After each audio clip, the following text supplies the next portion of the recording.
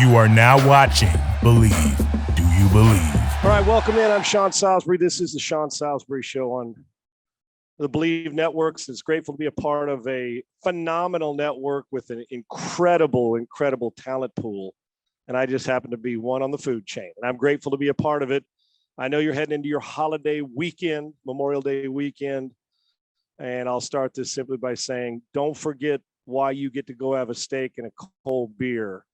For anybody, whether you have military family or not, there's a reason why you get to do this. And we're all going to lose sight of that fact over the weekend, but at least try to keep it in the forefront of your mind, because somebody's going to be without their military family or has lost a military man or woman throughout that. So happy Memorial Day. I always feel weird saying happy Memorial Day, because while we're happy celebrating and honoring our fallen soldiers and our current military men and women, for some, that'll never be a happy day and the memories will be harsh. But for those of us who are grateful to what they provide, thank you. All right, guys, let me just give you a little teaser of what you're about to hear today. Contracts and quarterbacks. First off, Kyler Murray will be the focus on one. $280 million speculated. That's what he's going to get. Now, give or take a couple million, we'll hit that. And I'm a Kyler Murray fan, but my stance is going to be different on this. And then we get to George Kittle. When do we decide, and why do we have it pigeonholed? So if we're going by salary, who the most important players to a team are, while everybody's important. So George Kittle kind of falls into the middle of the road, not George Kittle, but Travis Kelce. Kittle talking about Kelce, the tight end position, basically, is what I'm saying. Our tight ends really aren't tight ends anymore. We're going to talk about that. And I love what Kittle said about Kelce being underpaid. Kelce's response to that, but why? Why is Kelce underpaid? But his approach to why everybody, when you're looking at how to run routes and be a closer on the football field, the tight end in Kansas City, I use tight end loosely because that's really not what he is. And I'll tell you who I think and why they're the best at that position, and where that position's headed and why we need. You can never have enough of those guys. And then meaning tight ends / wide receivers, or they're becoming Swiss Army guys too, not just Deebo Samuel, who's a wide receiver, running back, defensive back, Gatorade guy, all of it. And then we're going to hit OTAs, voluntary OTAs. I'm old school in some ways, but I'm new school in a lot of ways as well. I think it's a happy mix. Just ask me, I'll tell you, it's a really good mix of why you can think old school with the OTAs, no matter the status of the player on the team and no matter the status of the team, and why you should think on being as opposed to not being there. We start with Kyler Murray. When Kyler Murray was at Oklahoma, and let me backtrack, at Texas A&M. Now, I watched him play high school, and at Allen High School, the guy never lost. Phenomenal. I don't need to give a history, but the guy didn't lose. The guy was, a matter of fact, one of the best Texas high school football players of all time. And my buddy Billy Bean, who was a crosstown rival of mine, and baseball, basketball, and football, we played against each other in San Diego, and Billy's one of my dear friends. And we competed in it, and Billy liked multiple sport athletes. I know that because Billy played it, and he was miserable to have to face when you were in high school when he was a hitter. He hit like 570 or whatever it was in high school. And there's a pitcher. And obviously you know how the pro career went. And he's a general manager for the A's. But, Billy Bean drafted Kyler Murray because Billy growing up, he and I used to talk about him and I in multiple sports. And Tony Gwynn, who was a point guard on San Diego State, who could play, been a pro in other sports. One of these days we'll get Billy on here because I'm a diehard baseball fan. And we'll talk that and have him as a guest and his approach to baseball. To Kyler Murray, great athlete, and a chance to be a five-tool guy, power, can run, throw, all those things as a baseball player. And when he was at Texas A&M, when he came out of high school, I used to train another quarterbacks side by side on the same field in Plano that his dad would train him football-wise. And you'd look over there and say, man, this little guy, but man, early in his career. And then he grew up high school, and this little guy turned into the best high school quarterback, at least one of the best in the country, and was a constant winner at Texas High School, Allen High School in Texas. And with all the people recruiting him, but at that point in time, I thought, man, five-tool baseball player, go play center field in Major League Baseball, right? Even that time, because we all get caught up into the measurables of a quarterback, which I think the combine camp to me is the most overrated week of the football year. I know we got to get measurables on speed and size. You can do that at pro day. You can do that when you go visit the guys. I'm not a big combine guy. Participated in one. I wish we could have a combine where guys actually ran routes in shoulder pads and helmets and quarterbacks through, but that's not the reality of it. We are, with a collective bargaining agreement, doing less and getting paid more, which is cool. I want everybody to get paid more all the time. We all do. I'm a guy who likes people to have success. I root for success and people to get paid so the next guy can get paid. But I'm not. I think the combine's overrated. I do. I don't give a damn if a guy can throw a curl route with shorts and a t-shirt, and never have cared. I don't care if you can run a 12-yard curl in shorts and a t-shirt. Can you, when a guy's mauling you and choking you out around the throat, can you get off press coverage and get to your dig route and separate? If you're a DB, while I understand the jumping and that speed and getting out of your turn, all those things matter, and you can see at the combine, can you do it in gear? All the things that we know, and I think most NFL people who judge these know, but we are going to get combine freaks who always separate themselves between January and April, yet didn't separate themselves in a uniform. Like this year, we're going to find out if Walker, the first pick of the draft, can turn his combine freak show and off-season workout into more production instead of potential like he was. He wasn't the best player at Georgia. He just wasn't on defense. They had a lot of great ones. He was one of the guys, but you work him out and you're like, oh, he can be the best player. So we're drafting on potential instead of production, because he's about a 5.5, 6 sack guy. If it works out, you're going to get a freak in the NFL. So with Kyler Murray can do all these things. So I don't get caught up in the measurables. Used to, like, well, I was a 6'5", 230-pound quarterback. So naturally, like, you need a guy who can stand in that pocket and deliver it. You still do, and can separate a little bit, but now it's separate a lot, get out on the edge and throw the ball from the pocket and do it all. So I'd watch him work out as he went up the progressive part of it and got to college. I always wondered what kind of pocket guy he'd be. And he wasn't real good at Texas A&M. He got beat out. Kyle Allen, both of them transferred. One's a drop back, one's a dual threat. Just didn't work out. And so Kyler left and obviously goes to Oklahoma. I don't need to give you a history lesson on him. And then got with Lincoln Riley and boom, lights out. My thing is I changed on him. And even into his last year, I was going into his final year, 4th, 5th round pick, going to choose baseball, 1st round pick by Billy Beane in Oakland. And in 2 or 3 years, he's going to be the starting center fielder, and you got yourself a ball player. And his career will last longer because if people are going by measurables, you got a guy who's lights out talent, could run, do it all, right? Such respect for his skill set.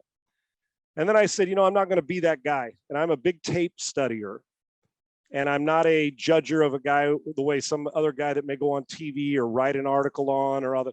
I don't care their feeling. I'm an avid book reader. When my new shelves are in, you'll see all the books. I'm an avid book reader of autobiographies, self-help, motivational, James Patterson, Patricia Cornwell, John Grisham. You can go Harlan Coben, Stuart Woods, all those. So I read about a book or two a week, hardback books. And so I judge the book. If somebody says that book sucked, but I thought, okay, I'm going to try it out. And if the first 100 pages don't grip me, then okay. But I'm never going to let anybody tell me about Kyler Murray that, well, he can't do this, can't do this. If I got into the same old crappy talk that everybody, and I shouldn't put an umbrella statement, blanket statement that a lot of people get into, if somebody says it, it must be true. That's not me. And I with him, I started to get caught up in the measurables. He's a baseball guy, even though he was going on through that year to win the Heisman Trophy and be a phenomenal football player.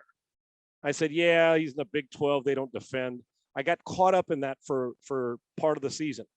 As the season started to go on, I watched Josh Rosen, who was a Pac-12 guy like me. And I had been out to UCLA and with my guy in the past on other quarterbacks who was a coordinator at the time there. And then I followed his story. And I thought, okay, I started studying Rosen at UCLA before he came out in the draft. And there was a few things I liked, but there was a couple things that bothered me about Josh Rosen. Not anything. I didn't know him as a person, but as a player, that I said, you know what? There's a few things I don't like about his game. But they drafted him, Arizona did, and Kyler's playing. So I went back at the end of the year, that year before the draft that Kyler Murray was in, and I said, I'm going to go back and watch 5 games, any 5 games, and then I'm going to watch, postseason. And I'm going to make my job. I'm going to go back hard and look at him a couple times over and say, am I not giving this guy a fair shake? And I did. and I wasn't giving him a fair shake. I watched and I watched and I watched, and I said, explosive arm, phenomenal feet. Yes, size, but you throw through lanes. We've seen the Drew Breeses and guys do it in the past, Fran Tarkenton. You buy space, throw on time. The ball came out on time. He was accurate. Now, there are times when he might have bailed too early because guys' biggest strength, their biggest strength, we all lean on. If you're a driver of the golf ball, you go to the driving range, what do? If you can hit the ball a country mile, you'll fiddle around with a way. You don't stand on the green and putt for an hour and a half. You go grab your driver after about 10 warm-up swings and start pounding the back of the range, right? Don't work on the things you're not good at. And, Kyler, when he got into a position like a lot of young quarterbacks do, you start to use your bailout expertise, meaning first guy's not there, let me run around and then make a spectacular play. Normal. There's nothing wrong with it.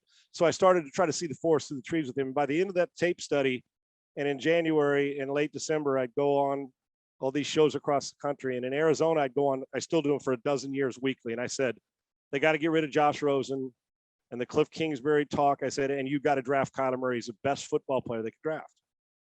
And they said, what? I said, I'm just telling you, with all this, should we quit on Josh Rosen this soon? And I felt bad for Rosen, but and we hadn't seen enough of him in Arizona to know if he was going to be good, but I knew Kyler Murray was a better player. I just did. And I hope Rosen, relands and gets his career going. I do. But when Cliff was coming in and that it was a match made in heaven, you had to do it after 1 year. It sucks. And you can't parlay out after 1 year a guy's good or bad part of his career. It sucked for Josh Rosen, but you got to do what's best for your team. And Steve Wilkes, and who I thought was a good coach, and Steve still is, but what they were trying to do in the front office, Steve Keim, is you had to do this. And I sold Kyler, I sold him to everybody. I said, he's the best. You have to draft him. I believed he was a franchise changer. I still do. So all that taking place, and then we saw traded, and Kyler comes in as first pick of the draft. And we've seen MVP flashes. So the point of this whole screw the measurables. I could care less if he's 5'9" or 6'4". I've seen plenty of 6'4" stiffs that can't drop it in the ocean if they're standing on a beach. I've also seen plenty of 5'10", 5'11" guys that people say can't play, and they beat your ass on a continuous basis. And you say, wow, I thought you had to be 6'3" to do this. Not true. And if we don't get over the measurables and start seeing players for how good they are against competition, then you as a scout or a general manager or coach are doing your team, the player, a disservice. And quite frankly, I can't call you an expert or call you a guy that knows his profession if you're simply looking at the measurables. Now, if a guy at corner runs a 5 flat corner, it doesn't take a brain surgeon to figure out you can't draft a 5 flat corner. Okay. But at quarterback at certain positions, please don't come at me, well, he's a little too small for what we do. That coach will be fired and out of a job in 3 years. And then I'll say, you're a little bit too dumb for what they do. So that being said, we're now at the stage, it's moving time for Kyler Murray, like Saturday moving day at Augusta. So through all this, and Murray, because he shows you flashes of MVP stuff. I need more consistency out of it. Now with the talk of $280 million, we saw what Watson got. We know what Josh did, how good Josh Allen is. We know Rodgers' contract. Brady should be making like $70 million a year with his production. And we start to go, we know that Dak Prescott got his, that Lamar's trying to get his. We see receivers getting theirs. And so I say, okay, we base on potential. The key is if you're going to get rid of somebody and not pay them, then you better have a great replacement.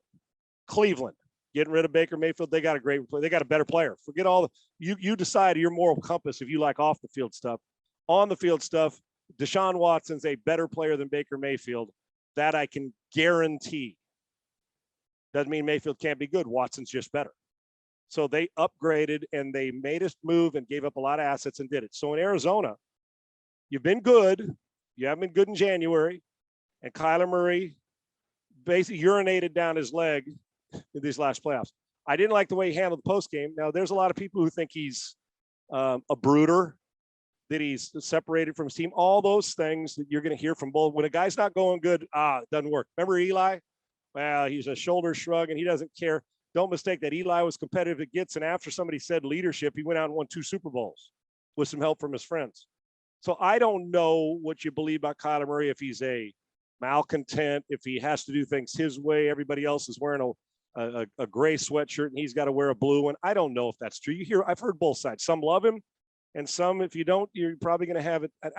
Once again, back to my books, I don't judge it by that. I'll judge by what I see and the consistency, good or bad, and then I'll make judgment not only on the performance, but can he lead a team? Can he maximize a building? The question for Kyler Murray, for me, is in question after my belief is saying they go I would have still, if I was Arizona, if we go back, I'd have said, yes, I'd take him number one, because I still think he can be a monster in this league and an MVP. I do. But he's going to have to make a paradigm shift soon. One is you better be able to maximize the fellas, even if they don't. When things aren't going well, you've got to elevate guys around you, even if your game's not elevated. He didn't in the playoffs. It was poor, awful. He's got to do a better job of this late in the season. And because there's times when he goes on a 5, you're like, you scrambling left, falling out of bounds, hitting DeAndre Hopkins on a Hail Mary for a touchdown. The guy's got a special skill set to consistency of it. So maximizing the building is still the question. Can he do it? Does he bring out the best in everybody? I think there's still questions about it. And when things aren't going good, what does he do on the sidelines, in the huddle, on the field? Like I said, I'm giving the benefit out. I've seen both. I've seen him rise and I've seen him disappear. He can't shrink in big moments. And he's got great football. His dad was a good quarterback. He's got DNA that says special. But you also got to know when to grab that DNA, and it's got to exist. Unfortunately, at that position, whether you like it or not, the pressure that comes with it most of the time for the great ones. You can be that guy or a guy. And then in between, there's that kind of guy. Well, a guy is just one of the guys like me that played. Kind of guy starts and gives me 3 games really good and then 2 games really bad. And then that guy is just a stud. Murray's got that guy in him, but I can't pay him $280 million. I know that's been a number of when you figure out how salaries have moved and like a Pro Football Focus, how they study everything and salaries and the progression of it. Put it this way. He's not going in, I would have said top 10 going into the season. I got him in the top 10 right now. You can't put him ahead of Lamar Jackson. I'm not talking about on talent. I'm talking about on production. Lamar, when Lamar's right, Prescott, Rodgers, Wilson, Brady, Allen, Mahomes, Burrow, Herbert. Right now, they're all better. So if we are actually going to say that he's worth $280 million and $46.5 million a year today, I will pound the table for Murray. I want him. If you were saying we're not going to sign him up, or they would have traded him, I said, you damn well have better got something really good for him, because I think he's going to be a player. But today, as we sit on the front office, I can't pander all the time just because a player says what he wants. I can't do it. I got franchise tags to use. I still got an opportunity for him to play through this before the franchise tag can kick in. Those rules we say, well, that's how, like in name, image, and likeness, the rules are set up for Texas A&M that they can go get the #1 recruiting class, or for Alabama or Southern Cal to pay endorsements and name, image, likeness and spend all the money they want. That's the rules. We don't have a salary cap. So take advantage of the rules, whether you like them or not. Those are the rules. Same thing with this. Listen, I'm not pandering. I don't always have to keep every single player or my superstars happy if it doesn't fit with what I'm doing. To me, Kyler Murray needs another good year for me to validate paying him $280 million. He just does at $47 a year. I know that the best player always isn't the highest paid player. But when you start to go through it, he's not jumping 6, 7 guys to get into there. He's jumping damn near all of them to be in the 1 or 2 or 3 hole. He has not consistently played like that to deserve it. Now, we say what's deserve? You get what you can negotiate. You deserve what you negotiate, right? So he will deserve it, but he will be overpaid unless he comes back and validates by running him deep into the playoffs in a very difficult NFC West with the 49ers and Rams, kicking ass and going and being the MVP and taking that jump like Lamar did to be the MVP, like Herbert's done the last couple of years. Like we saw Deshaun leading the league, even though they're 4-12. Part of it's winning, but that's unfair in 11-on-11. Everybody's got to help, but that is the quarterback's job to maximize. So to me today, if I was the general manager, head coach, and I was making decisions, I said, dude, here's the choice. We got to see it. You want that kind of money, fine. You want lesser money, you want in the high 30s range, then we'll do that. But if you're talking about that, then you're going to have to come back and prove it. That's where I'd stand. And I am a Kyler Murray believer. But 280. He's not 47 million worth right now. I don't care what the market bears. The market doesn't bear that for the 9th or 10th or 12th best quarterback in the league today, with the ability to be the 5th best quarterback in the league at some point or higher. I got to see another year. All right, salaries to Travis Kelce and George Kittle talking, and they do the tight end, where they're all out there working out, and Kittle saying that Kelce, for what he is, he can't believe how underpaid he is. And Kelce responded, listen, at this stage of my career, it's about legacy and get better, winning championships. It's not about the money. Now everybody wants money. And I believe when Kelce says that. He's brash, he's awesome, he's energetic. And so it kind of ties into the pecking order of salaries. We got receivers making $30 million a year. And I talked to Steve Palazzolo, who's an analyst and one of the experienced and lead analysts for Pro Football Focus. And last year I asked him, I said, okay, aside from quarterback, which we know, give me the pecking order of needs in this era on a football team. And Steve said, Sean, it's wide receiver next, which 4 or 5 years ago, we have said, no, it's 7 years ago. No, it's left tackle, edge rusher, disruptor in the middle. And receiver would have fallen in 5th, a lockdown corner, the most overused phrase on the planet. But now it's shifted. $30 million a year receivers. Now I know it goes up at every position, but man, they have gone haywire at wide receiver, and most of our highest paid receivers weren't first round draft picks. And I'm okay. I'm good with it, which leads me to Kelce. He's highly underpaid. Kelce's not a tight end. Tight ends now this day, not put your hand in the dirt, get on the edge and turn the outside leverage guy who's trying to keep his outside arm free, to turn things back inside, which he can do. Being a great receiver helps him to be a better blocker because they're so concerned about him getting off the ball. He can get a little leverage on him and spring him. But we know what Kelce's job is. Wide out, motion, run option routes, do all the little things and do it with run after the catch. He is a phenomenal player. I love him. And he's highly underpaid. I love the fact that he says about legacy and winning championships, fine. But there comes a point in time we say he's not a tight end. We've argued this over the years about, you're going to pay me like a tight end, you're going to pay me like a wide receiver, whether it was Gronk or anybody else. And Antonio Gates back in the day, when they're running slant routes from the outside. These guys are receivers who it's like with name, image, and likeness now. So that's student athlete. It's an athlete who happens to go to class if he wants to and wants to stay eligible or wants to be a great student. It's athlete student now. They're pros. Here it's wide receiver / tight end. It's not the other way around. The Wallers now. You're going to see Pitts. What's he going to be worth if this keeps up and he gets a quarterback that can throw in the ball on a consistent basis in 3 or 4 years? You ain't paying his damn ass as a tight end. Can't do it to Kelce either. And Kittle's right now. If you say, Sean, you got one tight end that's got to do it all, I'm taking Kittle. He monster blocker, great leader, can catch the ball, knows his role. And he's just in an offense that runs the football first, mix in the pass second, and he can still dominate a game. But he dominates a game in the blocking game too. Now, if you're just saying line up and give me a tight end that's in this era, what we want, we got Wallers and Kelce. We got some good ones. It's the Gronkowski, Pitts, this dude, Kelce, because he's as good. He understands where he wants to go and with the football on his routes and where it's coming and timing as good as a quarterback does. And he is he's the greatest lean on crutch in the league right now. There's maybe better players that are faster. When I say that is when Mahomes knows he has to get something done. That's his crutches on a sprained ankle, throw it to Kelce. He is going to win. Quick story, when I was a rookie in the league, Steve Largent was our wide receiver. And at that time, that year, he went on to be the all-time leading receiver in the NFL in Seattle. We had a play called 70Y option, spread right 70Y option. I remember it as pure as like it happened today. And 70Y option, Largent was the Y, the slot. And Steve was the best, still to this day, the best route runner I've ever seen, covering it or playing it, about 5'10". 70Y option was a four-way break. You push up to 6 yards and sit versus zone.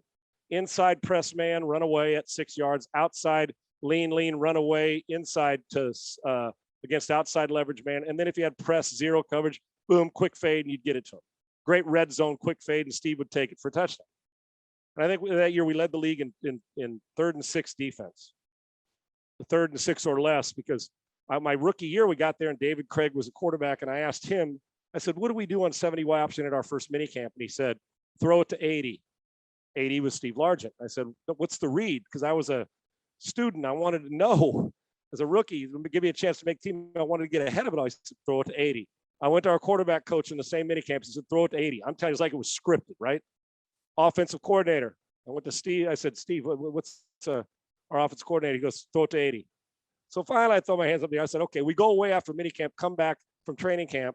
To start training camp. So I go and say, okay, guys, we're in our quarterback. Okay, now what's the read on 70Y option? 2x2, 70Y option, throw it to 80. I'm like, come on. And you know what we did? That was a read. Unless he fell down, you threw it to 80 because he won. It didn't matter. He knew how to read zone and press the outside shoulder press the inside shoulder of the outside leverage corner and sit versus zone. Lean on your run away, inside, press fade. You couldn't get your hands on him, you go score. He was so knowledgeable about the passing. That's Kelce. Steve Largent was our crutch and David Craig's crutch, and they were so good together. I learned a lot my rookie year and watched it. Kelce's the best crutch in the league because he always knows. You go back to that Buffalo Bills playoff game. Was it Buffalo or was it the week before? Buffalo? Yeah, where he said, it was Buffalo, where he said after the one, you heard the sound, he come back, he said, hey, listen, man, they're going to do that again. And when they do, I'm just going to come off the ball, basically how I described it. And Mahomes, they did it again. It was just a simple seam route that came off. The linebacker or the nickel didn't get enough depth in the route. Mahomes hit him with that little sidearm pitch in the slot, went up there, got the first down, which led to the next play when they were able to get down and kick it and win, right? Great anticipation. He's underpaid. So when do we get to a point where we say, well, Kelce should be paid more than the highest left tackle in the league? Or the left tackle if he's better there. Why is the edge rusher paid more than Kelce? Well, why isn't Kelce paid as much as Tyreek Hill or as much as Devontae Adams? Same impact, in times same catches. I'm not saying that. Hell, give me Kelce, Devontae, Chase, and Cooper Kupp. I got 3 wides and a tight end. I don't care who you put in the backfield. I'll take Derrick Henry if you want to give him to me, and we'll win a lot of games, or Jonathan Taylor. But Kittle's right. Kelce's right.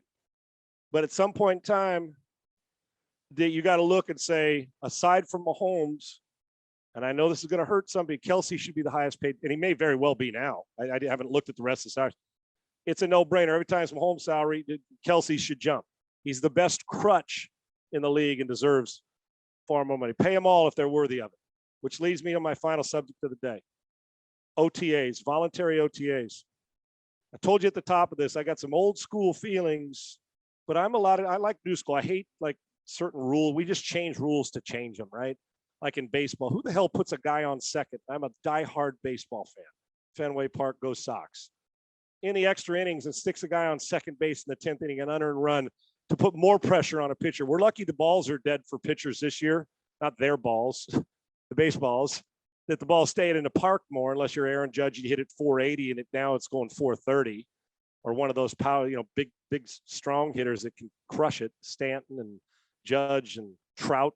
But I hate the rule. So that's not get off my lawn guy. The rule sucks. And anybody that thinks in baseball, purist or not, that we should put a runner in extra innings, they make 20, 30, 15, $10 million a year. I don't give a damn if they got to play 18 innings.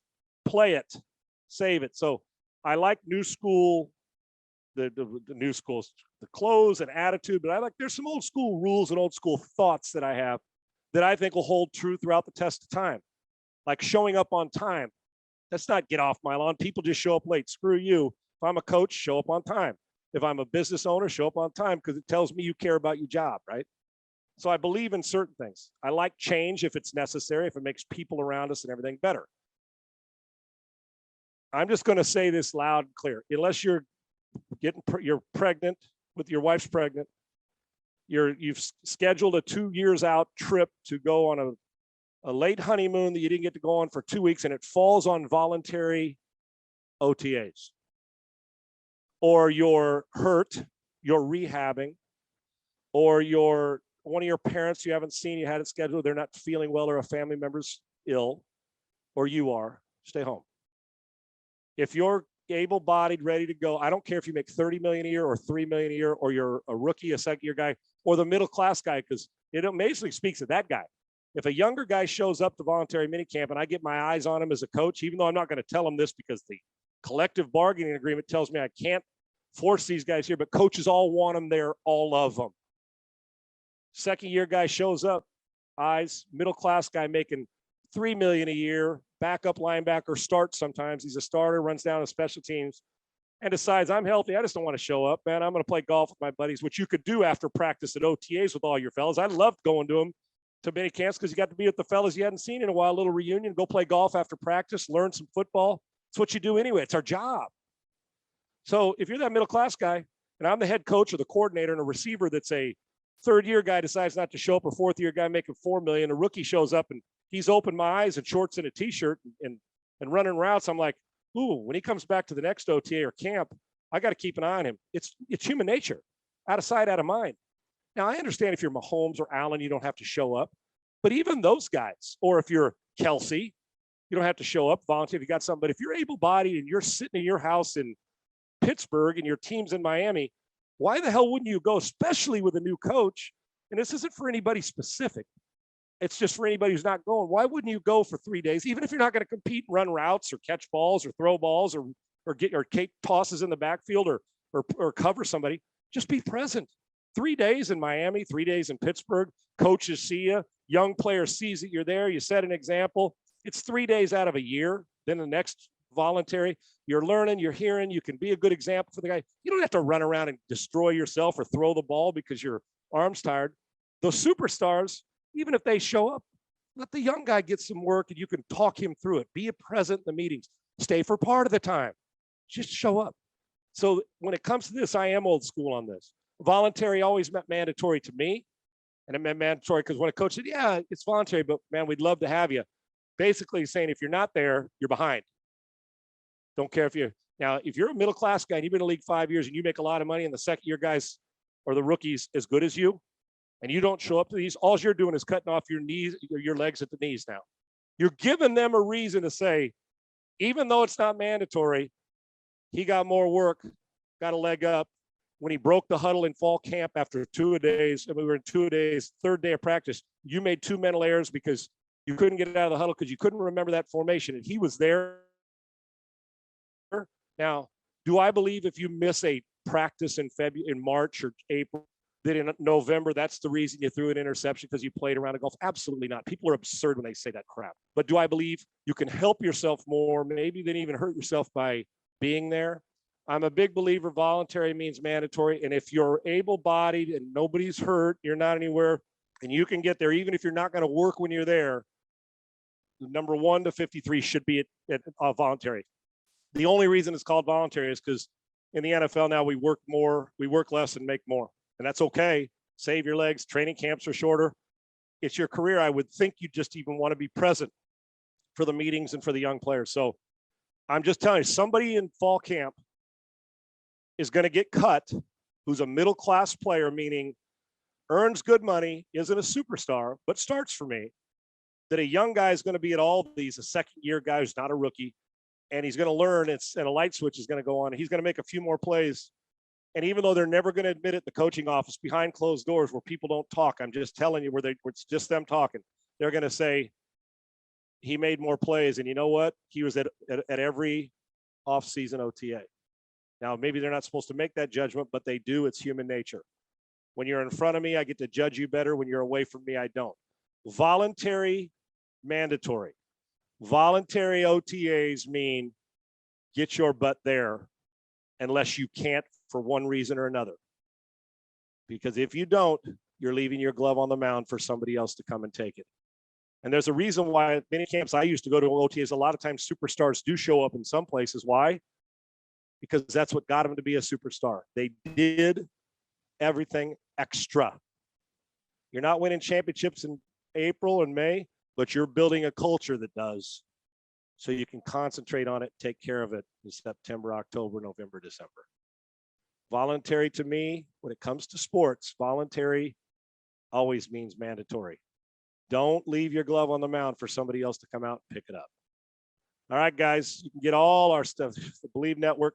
I'm so grateful to be a part of this on the Sean Salisbury Show. And it's going to be a phenomenal summer and a phenomenal fall. I appreciate you tuning in. You can obviously go to Believe Network YouTube channel, Believe Networks, and go on there, the Sean Salisbury Show. And for the audio, you go to wherever you find your podcasts and Spotify, iTunes, all that to hear this as well. Share it with your friends. This is a monster group of talent that I get to work alongside, and I'm grateful to be a part of it. I hope you have a great Memorial Day weekend. Please keep the folks in Uvalde, Texas in your thoughts. Not the political part of it. That's for everybody else to do on their time, but the humble and gracious and the word I'm looking for is reverent part, that as they go through their suffer, allow them to mourn. And then hopefully we can prevent this from happening again. And with our soldiers, I don't know what to say, but thanks. Our fallen soldiers, men and women, and for those who serve now, that give us an opportunity to do what we do, to eat our food and have our celebrations over the weekend. I thank you. Have a happy Memorial Day. Appreciate your time. Believe Networks, and believe it, you're going to get all the good stuff you need. I'm Sean Salisbury. Thanks for tuning in.